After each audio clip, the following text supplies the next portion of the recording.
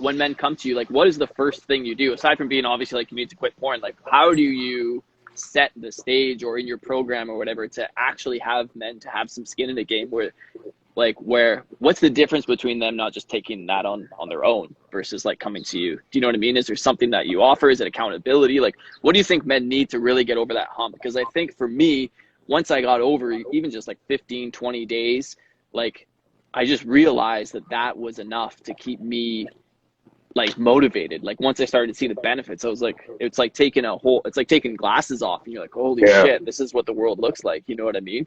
But that first initial piece, when guys are literally dealing with an addiction, like to your point, and I think removing a lot of the shame and a lot of the self-doubt and stuff and being like, yo, this is an actual addiction. Like if someone came to you as an addict to drugs, like you wouldn't make them wrong and shame them and all this kind of stuff unless you're an asshole. You'd be like, oh, you're deeply addicted to something. You know what I mean? Yeah. And like, here are the Yeah. tools that you need to get out of this. So what is the offer there? You know what I mean? Like what do we do in that situation? Yeah, I think a lot of times, you know, for them, it's having that first conversation. You know, like I said, my life changed the minute I talked to somebody else about it, and I don't know, you know, I don't know your entire story. I don't know if you know, had a support group, had men around you that you were speaking to and were speaking into you about this. You know, we're still at the point where it's such a taboo discussion. There's so many people that are unwilling to really address it.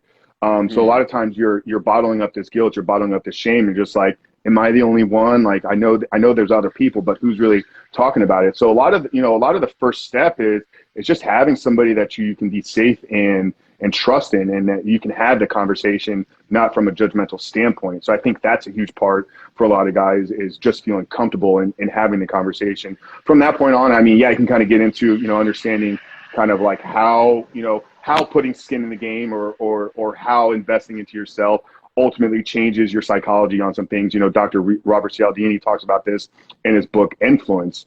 They did a study with people at a horse track. So they had a random group of people select a horse that they wanted to win the race.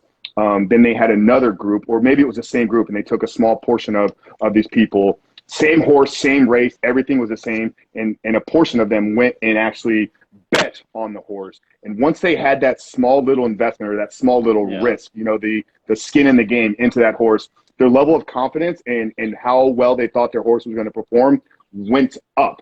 So there is a clear defining change in the human psychology when you invest into something. Like it shifts who you are. So I think talking to somebody, getting some accountability and putting some skin in the game is important as well.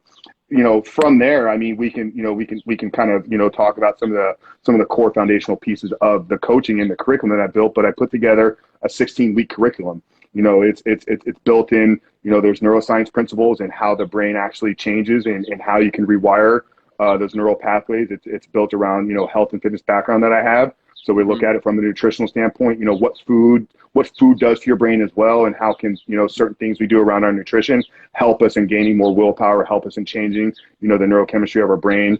It's centered around, you know, service and gratitude. So there's a lot of kind of reshaping or reframing how we look at people. But right at the beginning, I think one of the most important parts is you got to get this deep underlying reason why. You know, why are you trying to do this? You know, what has the impact actually been? You know, it's not just, oh, because I watched the video and I'm worried about my brain. No, let's actually, why are you here talking to me and how has it negatively impacted you? Once we kind of have that sitting at the root of it, then all of our behavior is driven by this deep underlying reason why. And I think this is where having somebody that understands psychology, having somebody that understands neuroscience and can guide you in that process of understanding, okay, your behavior, it's all of these are your choices. You don't accidentally slip up and watch pornography.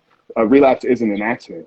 There was a series of events that took place, and then you made the choice somewhere along that path that you were going to go back and you were going to look at pornography. And once you can take that frame of personal responsibility on your life, then we can work together through the coaching, through everything that I put together. So yeah, I think talking with somebody, you know, getting some accountability or skin in the game, and then really driving your behavior by this is what it's impacted, and this is what I'm trying to create. You know, I think it comes back to what I said at the beginning. Is like, you got to have a vision for the life that you want to create. Just don't mindlessly walk around life, and that's a whole different scenario where I just think so many people today are just kind of living or just kind of operating and they're not really trying to create a life for themselves.